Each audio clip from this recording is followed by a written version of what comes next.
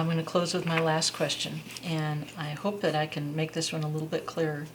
And this one I want to preface by saying I mean absolutely no criticism.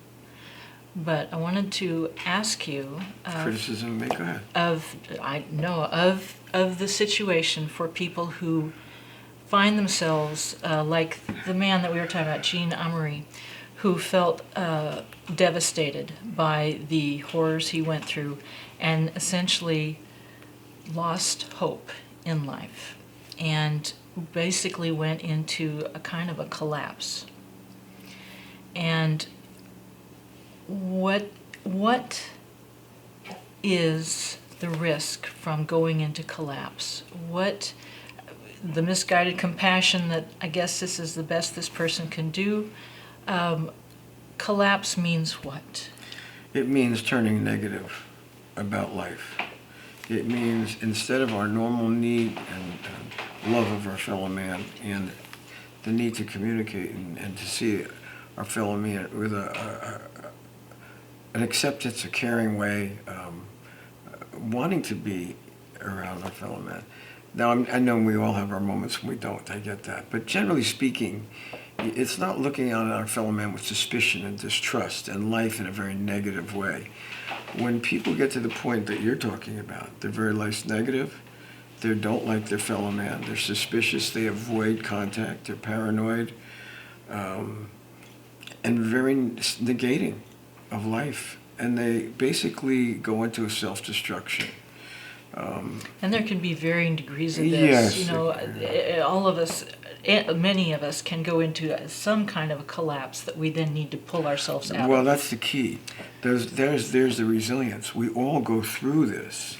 When they describe Jean Amery, it's like, who couldn't understand the pain that man experienced? Yeah.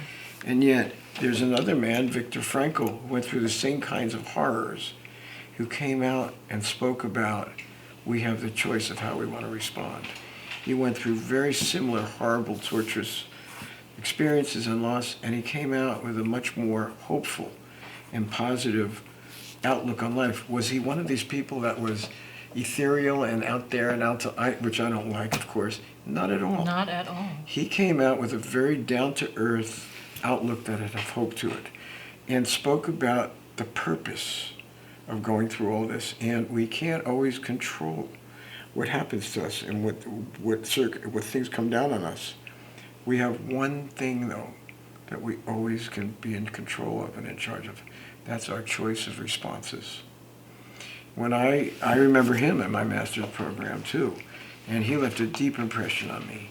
So he went through the same kind of things as Jean Amery. Mm-hmm. Jean Amery killed himself eventually, and he was considered a philosopher, a known philosopher. I never heard of him, but I just read about it. Well, Viktor Frankl wrote a number of books on how to find happiness and joy through struggle, suffering, and pain, just like we do. And he created a program that helped many, many people to see the things and learn the things that he learned. He was terrific. So here you go, similar circumstances, but much different reactions. Mm-hmm. Our job, the way we see it, is people who come to us with post-traumatic stress, and it can be an ongoing, long-term help. Unfortunately, many times, they have a general suspicion and remove themselves from their fellow man. They don't look with love on their fellow man at all or even want to be involved. They're very uncomfortable. They don't make other people feel comfortable because they're really life negative. They're scared. Mm-hmm. That's always part of it. But the fear is turned into a life negative approach and outlook on life. Yeah, we don't want to. That's not where we are. No not way. At all.